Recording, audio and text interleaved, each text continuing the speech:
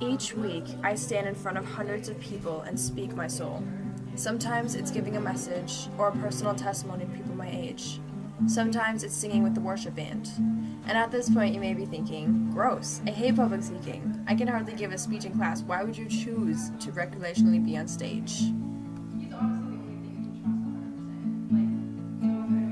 The crazy thing about it is that I too used to hate public speaking. I used to dread it. I used to fear it so badly that I would shake and get a knot in my stomach. But what they say about fear is that it's inevitable. It's a part of our survival. It gives us the power to either fight or to flee. But sometimes it's not necessary. And in these times, we must learn to overcome it. This is my experience with overcoming fear. I've also had my fair share of experience with fear's own cousin, panic. I find panic to be completely unnecessary. Where fear may stimulate you to act, panic strikes you down.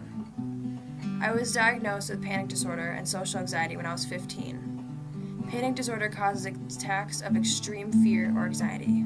They can be random or triggered. Mine were often triggered by social situations, especially public speaking. And what was my solution to this?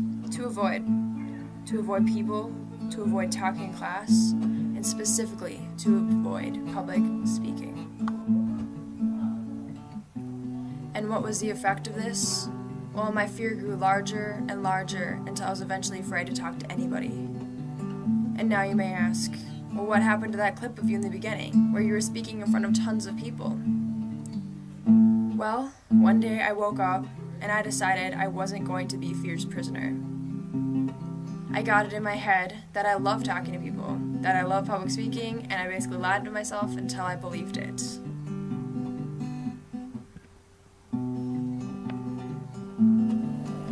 I broke fear's handle over me, and I decided I will do it.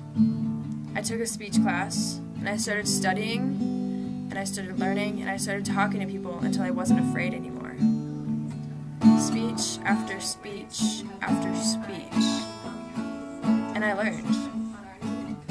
I spoke until my heart stopped pounding and until my palms stopped sweating. I started speaking to everyone again. I was really happy with where I am, and this is how I became myself.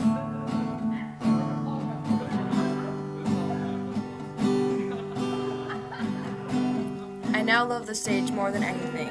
I feel comfortable on it. More people the better, and it makes me feel alive. Here are a few clips of my past worship team experiences and my past messages.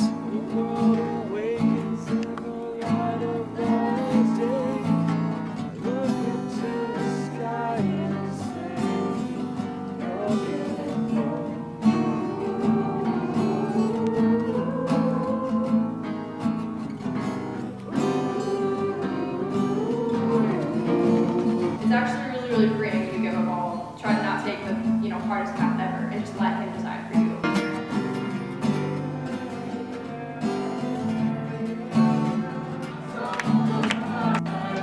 I've even changed my major to journalism and TV broadcast.